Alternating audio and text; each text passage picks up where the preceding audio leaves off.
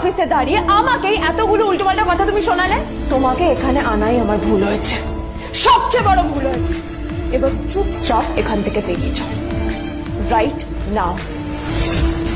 Gate out. Neel আদ্রিতার এই কথার কোনো উত্তর দিল না। নীল জানতো যে ও যতই কথা বাড়াবে আদ্রিতা ততই বেশি রেগে যাবে।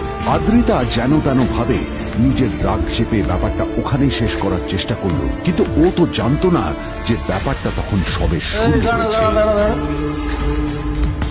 কি হলো, শুনতে পাচ্ছিস না? কালা নাকি? আমারই সামনে দাঁড়িয়ে আমার কেনা গিফট নিয়ে তুই মজা করলি?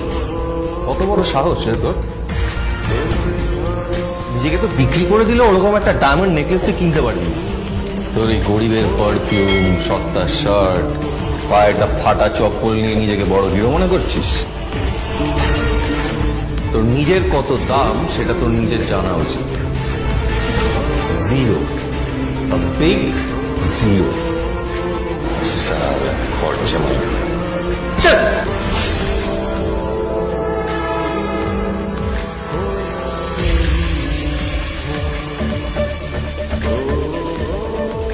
নীল তখনও ঝামেলা করার মেজাজ ছিল না, কিন্তু যখন কেউ অন্যের নীরবতার সুযোগ নিতে শুরু করে তখন কথা বলাটা প্রয়োজন। নীল আঙুল তুলে